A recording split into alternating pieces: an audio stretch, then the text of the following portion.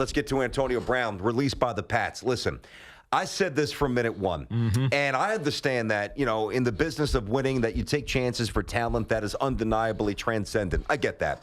But from minute one, I also said that I really thought it was completely irresponsible, maybe even more than irresponsible, utterly unnecessary for the Patriots to take a chance on a guy that they didn't need right away. He should not have played a snap. If you want to sign him and make sure he doesn't sign anywhere with the Kansas City Chiefs or somebody else you think that you might have to meet down the road, that's fine. That's called business. That's protecting the investment. That's doing due diligence. He should have never played a snap in Miami. The way they handled this was an absolute joke. And I'll tell you what, the brand, which has also been embroiled in many cheating controversies and scandals, the brand of the Patriots today looks pathetic. I think it looks pathetic. I will pause before I go that far, because they did it right away. When these allegations started to come out, the first one you knew about, they let it play out. It's a little bit murky, but when they start compounding and the NFL starts investigating, the Pats did the right thing by making it go away right away. I agree with you, BT. We could look at the AB issue, trying to leave Oakland and get to the New England Patriots as gamemanship. Is it undermining? Yeah, of course. But we knew the Patriots really wanted Antonio Brown. They tried to trade for him when he was with the Pittsburgh Steelers. When he got dealt to the Oakland Raiders, they tried to trade for him when he was with the Oakland Raiders. When that wouldn't come to fruition, AB orchestrated his release and then immediately signed. 4 hours later, he immediately signs with the New England Patriots. And it was kind of like, man, that's shady. And that's just, that feels like a Patriots thing to do. But it's the gamemanship of you let it go. But once all of these other sexual assault allegations started to come out, and they happened before his first game, before that Miami game, they should have paused right away and said, all right, AB, we got you, but you're not playing yet. But that's exactly what I'm saying. I know. I'm saying, but we got you, but you're not playing yet. Now, the fact that he played against the Miami Dolphins doesn't mean anything, really? No, because it didn't really compound itself until yesterday when he tweeted, or at least he text messaged one of these accusers this, I don't know, just this, not threatening, but it was close to threatening email with his lawyers on the chain.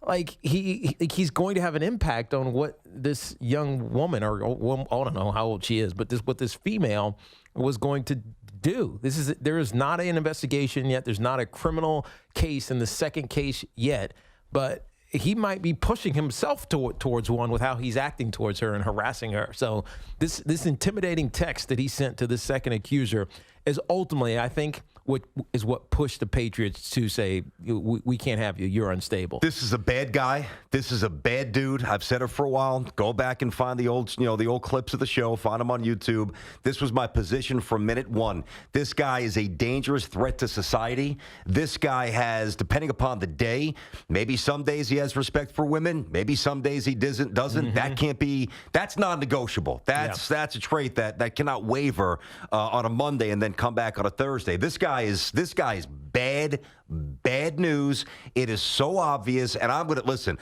Of course, I respect your ability to disagree, but I'll dig in all day against anybody. The Patriots today, I think that they look sickening. If I'm a female fan of the Patriots, I'm utterly disgusted with this because listen, you can't even lean on this. Boy, desperation. Listen, they're gambling, right?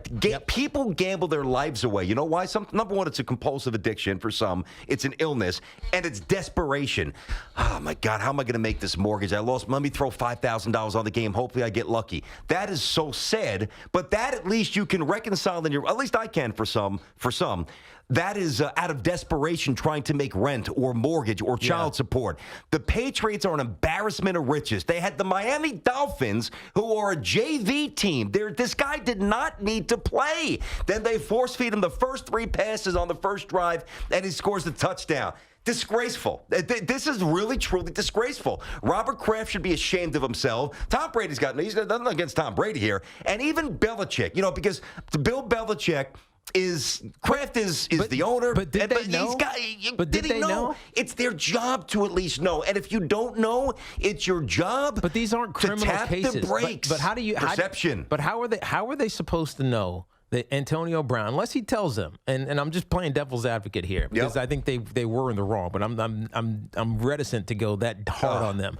How are they supposed to know that a civil suit that has not been adjudicated or put before the court yet is out there on Antonio Brown, much less the second accuser who didn't come forward until like 3 days ago or 3 or 4 days ago, and it didn't get bad until he lashed out at her via text message because he can't help himself. He's mentally unstable. How are the Pats supposed to know those things unless they're informed of them? And because who else is telling them? I mean, they can't research everything that's gone on in Antonio Brown's past. It's a lot of stuff, right? And most of it has been harmless. Well, clearly it hasn't been, but it felt like most of the stuff was just stupid and harmless and nonsense things. This is as much on Drew Rosenhaus as it is on the New England Patriots. Drew Rosenhaus just just getting this guy a job. I can give him a pass. His job literally is to get his clients money. But Drew Rosenhaus had to have known these things. I can't take that leap, but I don't know for sure. He might have. He said when the first allegation came out, we were hoping that it wouldn't come to light. But that's his job. And his job is not to protect the Patriots brand. Okay, but if you're the Patriots and Drew Rosenhaus comes to you with another problem child, you don't even answer the phone. I agree. So, you just asked me, how are the Patriots supposed to know? I'm going to answer that now. They're not supposed to know. I'll be fair to them in that regard. There's no way to know everything about every person on the planet. It is their job, though, to keep him on ice until they do know. That's where they messed up. And they don't get a mulligan here. That's ugly. That's an ugly swing and miss by the Pats. 1-855-212-4227. I'm so glad this guy's out of the NFL. And if anybody else picks him up, they should be destined to a decade of loss upon loss and failed draft picks. No, but if anybody picks him up, they're idiots. They are soulless.